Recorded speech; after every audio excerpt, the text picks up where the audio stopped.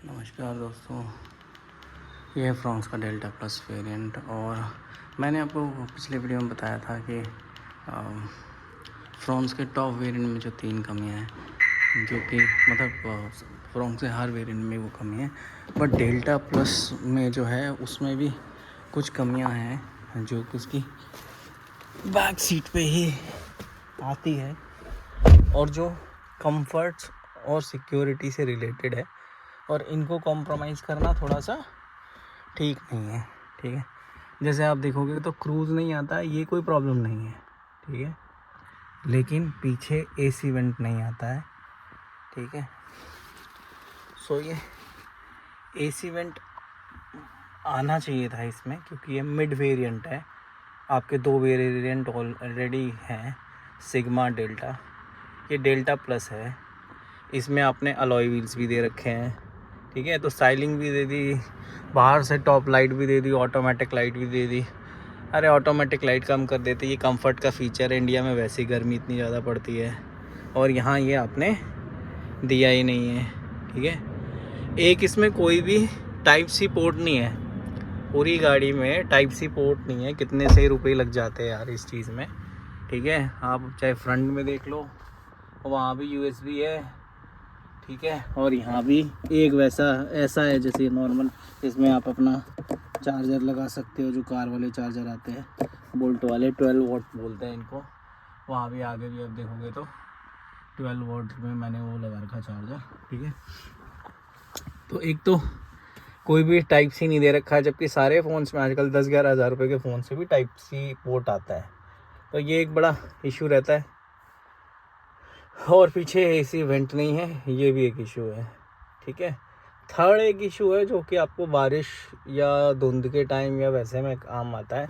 मैं तो ये बोलूँगा सेफ्टी के हिसाब से भी, अगर आप ये ईएसपी और इसको ज़्यादा फोकस करते हो, जो पीछे वाला वाइपर होना चाहिए ना, वो कंपलसरी कर दो।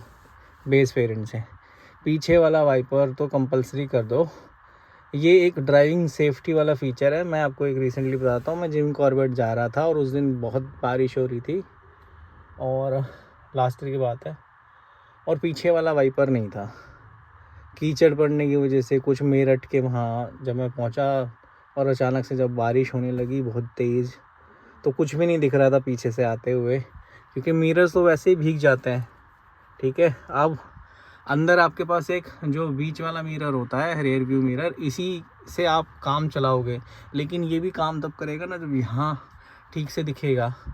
डिफोगर भी काम करते हैं, बट वो वाइपर जैसा काम नहीं करते, क्योंकि कीचड़ वगैरह पड़ गया तो डिफोगर को कुछ नहीं कर पाएगा।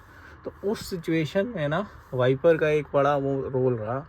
ठीक है, वैसे तो कमी मुझे क्रूज़ कंट्रोल की भी लगती है, बट वो सिक्योरिटी और सेफ्टी से रिलेटेड नहीं आता है, जबकि वाइपर आपका सेफ्टी और सिक्योरिटी से रिलेटेड है। एक पीछे वाला वेंट जरूर होना चाहिए, इससे काफ़ी फ्यूल इफ़िशियंसी आपकी कंट्रोल होती है और पीछे वाले बंदे ना परेशान नहीं होते।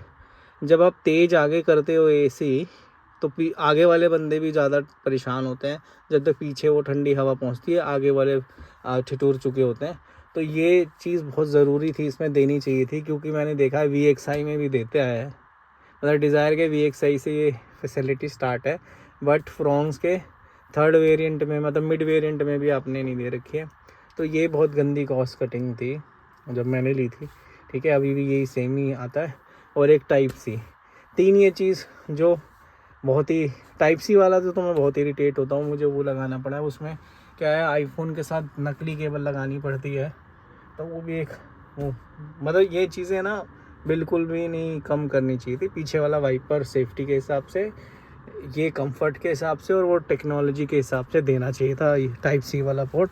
तो ये 3 कमियां जो है ना, ये आपको डेल्टा प्लस में मिलती है कमी, जो कि आप जब ये हाइप चल रहा था ना, सारे बड़ा वैल्यू फॉर मनी वेरिएंट है और बड़ा वैल्यू फॉर मनी वेरिएंट है, इतना ज़्यादा झूठ बोलते हैं सारे, जितने भी ये पेड होता है, मुझे तो लगता है हाइप बनाने के लिए। ये बड़ा most value for money variant है, मोस्ट वैल्यू फॉर मनी। अरे जब चीज़ें जो काम की है एक्चुअल गाड़ी में, वही नहीं दे रहे तुम, और 10 लाख रुपये भी ले रहे हो, तो भाई, और ये कोई महंगी आइटम नहीं है। बाहर से अगर आप करवाना चाहो तो आपकी वारंटी वगैरह एक्सपायर्ड हो जाएगी, वरना तो ये 200-250 रुपये का काम भी नहीं है। और ये जो वेंट चालू कराना विद आर्म रेस्ट, 3,000 रुपये का काम होता है मेरे से, 3 या 3,500 रुपये का। लेकिन आप ये सोचो ना, हर कोई करोल बाग नहीं जाना चाहता ना अपनी गाड़ी को छिड़वाने। और पीछे का वाइपर, ये तो भाई सेफ्टी से ही मुझे लगता है, मैं तो बोलूँगा इंडियन गवर्नमेंट को भी बोलूँगा कि भाई ये वाइपर पीछे वाला कंपलसरी करो। जैसे फ्रंट वाइपर कंपलसरी, वैसे पीछे वाला वाइपर भी कंपलसरी होना चाहिए, वाइपर एंड वॉशर। क्योंकि ये जब रेनी सीज़न होता है तो उसमें एक्सीडेंट की संभावनाएं बहुत ज़्यादा बढ़ जाती हैं, और उस टाइम अगर आपके पास पीछे वाला वाइपर है तो बहुत हेल्पफुल रहता है ड्राइविंग में। अब ये एक्सपीरियंस जो करते हैं ना लोग, उनको पता चलता है। मैंने भी पहले ऐसे एक्सपीरियंस नहीं करा था, क्योंकि पहले मेरे पास बेस वेरिएंट गाड़ी ही थी, उसमें भी पीछे वाइपर नहीं था स्विफ्ट में। हाँ, लेकिन वैसी कंडीशन मैंने कभी झेली नहीं थी, और जब मैंने ऐसी कंडीशन झेली इस फ्रॉन्क्स को लेने के बाद, तो मुझे लगा यार पीछे वाला वाइपर एक्चुअल में कितना इंपॉर्टेंस रखता है while you drive your car. और बारिश होने लग जाए और कीचड़ भी हो जाए उस टाइम, या गंदी हो, पीछे से धूल पड़ गई हो गाड़ी पे, और फिर वो बारिश आई और बहुत मैसी सी सिचुएशन हो जाती है, और डिफोगर उसमें इतना हेल्पफुल नहीं रहते हैं। वैसे तो हेल्प रहते हैं बट इतने हेल्पफुल नहीं रहते हैं। तो ये चीज़ें सोचनी चाहिए कंपनी को यार। कंफर्ट सबसे पहले सेफ्टी को दो, फिर थोड़ा सा कंफर्ट दो, फिर स्टाइलिंग और ये गिमिक फीचर्स में जाओ।